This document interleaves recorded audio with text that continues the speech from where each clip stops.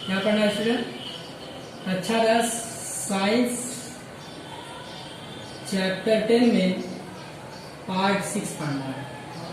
अब पार्ट 6 में क्या पढ़ना है स्टूडेंट?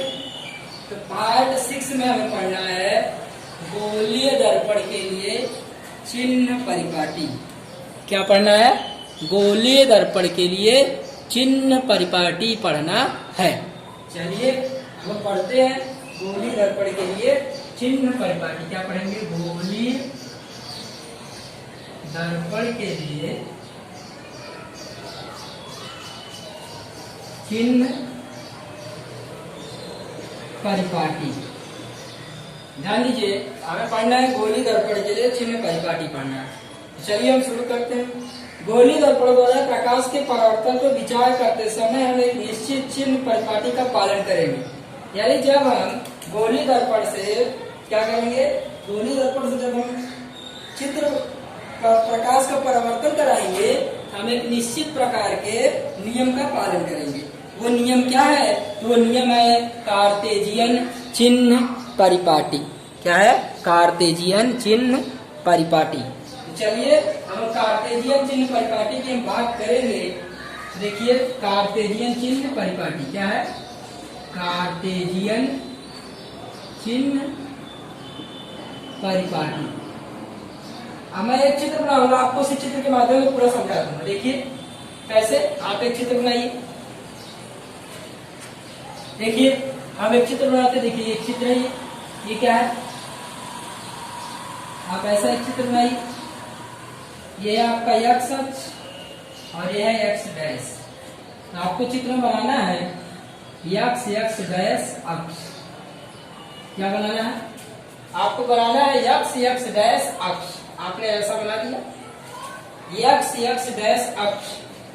आपने क्या किया? बनाया। चलिए स्टूडेंट हम इसका नियम कुछ समझते हैं।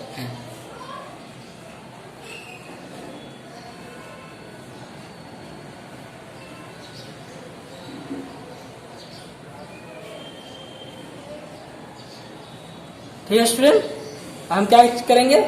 इसके नियम को करेंगे, समझेंगे। देखिए इसका नियम क्या है? देखिए करना क्या है आपको? ये आपने एक्स एक्स डैश लिखा, लिखा है स्टूडेंट? एक्स एक्स डैश आपने लिखा। चलिए आप करना क्या है? अब आप एक ऐसा चित्र बनाइए। ऐसा आप एक चित्र बनाइए, खींचिए, खींच दिए। ये क्या है आपका? दर्पण है। ये क्या है? अवतल दर्पण है। ये सभी के लिए लागू होगा, चाहे अवतल दर्पण हो चाहे उत्तल दर्पण हो। ठीक है? लेंस के लिए भी यही होगा और दर्पण के लिए भी यही नियम लागू होगा। तो चलिए इसको क्या कहेंगे? अवतल दर्पण कहेंगे। डियर स्टूडेंट इसे हम क्या कहेंगे? अवतल दर्पण कहेंगे। चलिए अब हम देखते हैं। देखिए आपको पता होना चाहिए कि जो ऊपर की ऊंचाई होगी, यानी ये यहां से इधर, ये जो ऊपर की ऊंचाई होगी, ऊपर की ऊंचाई, ऊपर की ऊंचाई क्या होगी? हमेशा धन होगी। ऊपर की ऊंचाई क्या होगी? हमेशा धन होगी। मान लीजिए ये ए बी वस्तु है, हमेशा क्या होगी? इसकी ऊंचाई धन होगी। आप देखिए नीचे की ऊंचाई, यानी ये यहां से यहां नीचे की तरफ आप जाएंगे तो आप लिखिए नीचे की ऊंचाई। नीचे की ऊंचाई क्या होगी? हमेशा ऋण होगी। नीचे की ऊंचाई क्या होगी? ऋण। ऊपर की ऊंचाई क्या होगी? धन। नीचे की ऊंचाई क्या होगी? ऋण। इतना आपको समझ में आया स्टूडेंट? चलिए अब हम आगे देखते हैं चिन्ह परिपाटी में। देखिए अक्ष से ऊपर की तरफ की दूरी होगी धन, अक्ष से नीचे की तरफ की दूरी होगी ऋण।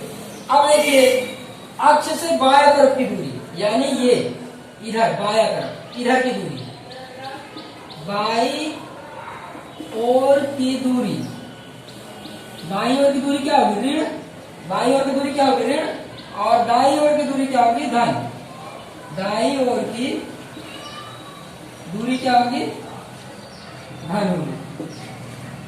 इतना आपको समझ में आया? समझ में आया स्टूडेंट? दाई ओर की दूरी क्या होगी? धन होगी। अब देखिए एक बार और मैं आपको बता देता हूं। देखिए ऊपर की तरफ की जो ऊंचाई होगी वो धन, अक्ष से नीचे की तरफ की जो ऊंचाई होगी वो होगी ऋण। फिर देखिए अक्ष के बाईं ओर इधर इधर इधर जाएंगे तो क्या हो जाएगा माइनस, इधर चले जाएंगे तो क्या हो जाएगा प्लस। यही है आपका कार्टेशियन चिन्ह परिपाटी। ठीक है, तो उम्मीद है इतना आपको समझ में आया होगा। देखिए ये ध्रुव है, देखिए ध्रुव है, ये देखिए ये ध्रुव है, ध्रुव से इधर आप जा रहे हैं तो क्या होगा ऋण, इधर जा रहे हैं तो ऋण, यानी बाईं तरफ जा रहे हैं तो ऋण, ध्रुव से बाईं तरफ यानी ध्रुव से इधर जा रहे हैं तो ऋण, ध्रुव से इधर जा रहे हैं तो धन, ध्रुव से ऊपर जा रहे हैं तो धन, ध्रुव से नीचे जा रहे हैं तो ऋण। ये क्या है आपका कार्टेशियन चिन्ह परिपाटी है। तो आपको इतना समझ में आया होगा। ठीक है, तो चलिए अब हम पढ़ते हैं दर्पण का सूत्र और उसका आवर्धन। क्या पढ़ेंगे स्टूडेंट? दर्पण का सूत्र और उसका आवर्धन पढ़ेंगे। चलिए अब हम चालू करते हैं दर्पण का सूत्र और उसका आवर्धन। देखिए चलिए कौन सा दर्पण है? दर्पण सूत्र और आवर्धन। चलिए क्या पढ़ना है? दर्पण सूत्र और आवर्धन। ठीक है, चलिए बारी बारी से हम देखेंगे दर्पण सूत्र और आवर्धन कैसे होता है। ये स्टूडेंट चलिए हम देखते हैं दर्पण सूत्र और आवर्धन के बारे में। देखिए आप दर्पण ऐसा बना दीजिए, ठीक है, और एक अच्छा ऐसा बना दीजिए, ये पी लिख दीजिए। चलिए ये क्या है? यक्स है और ये क्या है? यक्स डैश अक्ष है। ठीक है, ध्यान दीजिए ध्रुव से बिंब तक की दूरी। देखिए ध्रुव से, ये ध्रुव है और दर्पण बिंब कहाँ रखते हैं? यहाँ रखते हैं, यहाँ रखते हैं। ठीक है, और प्रतिबिंब कहाँ बनता है? प्रतिबिंब कहाँ बनता है आपको पता है? प्रतिबिंब कहाँ बनेगा? तो नीचे की तरफ बनेगा। ठीक है, देखिए ध्रुव से गोली दर्पण में इसके ध्रुव से बिंब की दूरी, यानी ध्रुव से बिंब की दूरी, ध्रुव से बिंब की दूरी,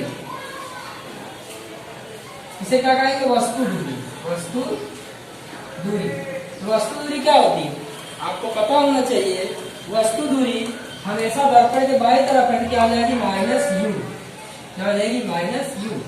अब यहाँ पर देखिए प्रतिबिंब कहाँ बनेगा? तो प्रतिबिंब नीचे की तरफ बनेगा। ठीक है, तो देखिए ध्रुव से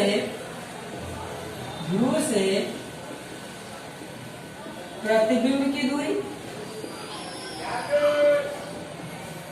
क्या हो जाएगी? Minus B. देखिए क्योंकि प्लस यू हो जाएगा और माइनस बी, क्योंकि यू ऊपर की तरफ है और बी क्या होगा? नीचे की तरफ होगा। ठीक है, जो ऊपर की तरफ होगा वो प्लस में और जो नीचे की तरफ होगा वो माइनस में। अब देखिए फोकस दूरी,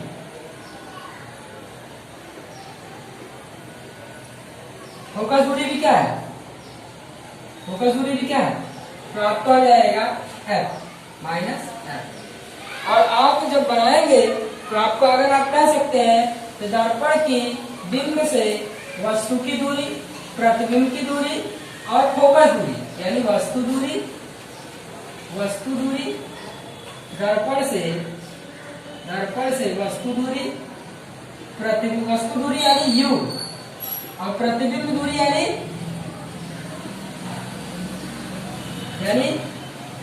भी, और फोकस दूरी क्या आ जाएगी? एफ। ध्यान दीजिए स्टूडेंट, मैं आपको बता रहा हूं दर्पण से वस्तु की दूरी यानी यू, दर्पण से प्रतिबिंब की दूरी यानी भी और दर्पण से फोकस दूरी यानी एफ। तो वस्तु दूरी, प्रतिबिंब दूरी और फोकस दूरी के बीच में संबंध दर्शाने वाले सूत्र को हम दर्पण सूत्र कहते हैं। तो देखिए क्या संबंध होता है, ध्यान दीजिए आप। वस्तु दूरी क्या होती है? वस्तु दूरी आपकी क्या होती है? वस्तु दूरी बराबर यू। क्या होता है? वस्तु दूरी यू। प्रतिबिंब दूरी क्या होता है? भी। वस्तु दूरी क्या हो जाएगा? यू, प्रतिबिंब दूरी भी। और फोकस दूरी क्या हो जाता है, f हो गया। तो आप लिखेंगे वस्तु दूरी, प्रतिबिंब दूरी और फोकस दूरी के बीच में संबंध दर्शाने वाले सूत्र को दर्पण सूत्र कहते हैं। तो आप यहाँ पे लिखिए दर्पण सूत्र 1/u प्लस 1/v बराबर 1/m। ये आपका क्या है, दर्पण सूत्र है। क्या है स्टूडेंट, ये आपका दर्पण सूत्र है। ध्यान, दर्पण सूत्र प्लस में होता है, ठीक है, दर्पण सूत्र। तो वस्तु दूरी, प्रतिबिंब दूरी और फोकस दूरी के बीच में संबंध दर्शाने वाले सूत्र को हम क्या कहते हैं, क्या कहते हैं स्टूडेंट, हम कहेंगे दर्पण सूत्र। अब दर्पण सूत्र का आवर्धन क्या होता है, पहले हम समझते हैं आवर्धन क्या है। तो मैं आवर्धन लिखता हूं क्या है, तो आवर्धन का मतलब होता है प्रतिबिंब की ऊंचाई और वस्तु की ऊंचाई के अनुपात को आवर्धन कहते हैं, आवर्धन कहते हैं। तो आपको कोई पूछे कि आवर्धन क्या है, तो आप बताएंगे कि प्रतिबिंब की ऊंचाई वस्तु की ऊंचाई के अनुपात को हम आवर्धन कहते हैं। चलिए हम आवर्धन के विषय में डिटेल देखेंगे। देखिए, आपने आवर्धन को आप यम से दर्शाते हैं, किससे दर्शाते हैं, यम से। आवर्धन यानी मैग्निफिकेशन, यानी इसको आप किससे दर्शाएंगे, यम से दर्शाएंगे। चलिए, आवर्धन यानी यम। तो आपको क्या है, प्रतिबिंब ऊंचाई, प्रतिबिंब की ऊंचाई और वस्तु की ऊंचाई और बटे में वस्तु की ऊंचाई, प्रतिबिंब ऊंचाई और बटे में वस्तु की ऊंचाई के अनुपात को आप क्या कहेंगे, आवर्धन कहेंगे।